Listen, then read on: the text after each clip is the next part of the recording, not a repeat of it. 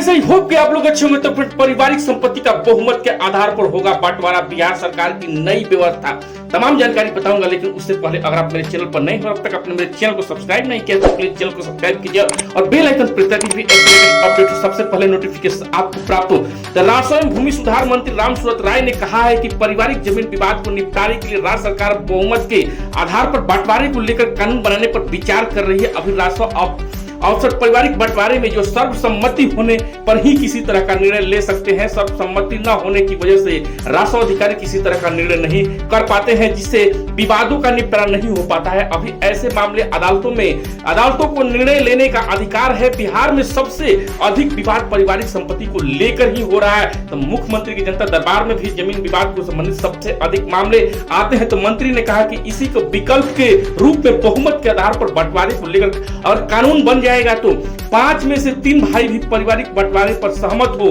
जाते हैं तो उसे सरकार मान लेगी और उस आधार पर किसी भी तरह का काम हो सकेगा। यही देखते हुए पारिवारिक जमीन के बंटवारे को विवाद को देखते हुए बिहार सरकार बहुमत के आधार पर बंटवारे का कानून बनाने की तैयारी जो है कर रही है।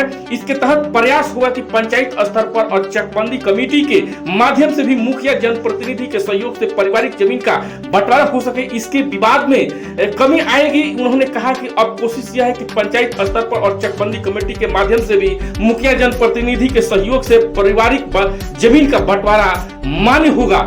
तो मैं बता दूं कि सरकार का ये कानून कोर्ट में नहीं टिकेगा, लेकिन जो है सरकार इस तरह से जो है आपको भूमि मंत्री जो है भूमि सुधार मंत्री जो है रामसूरत राय ने अपनी सहमति जताई है। और इस तरह से कानून बनने से जो है मैं बता दूं कि पारिवारिक संपत्ति का जो है राजस्व एवं भूमि सुधार मंत्री का ऐलान है और बहुमत के आधार पर भी होगा पारिवारिक जमीन का बंटवारा। तो इस कानून के बारे में आपका क्या ख्याल है, आपका क्या राय है, तो कमेंट करके जरूर बताएं। ऐसे ही लेटेस्ट अपडेट के साथ फिर मिलेंगे नेक्स्ट वीडियो में। जय हिंद, जय बिहार।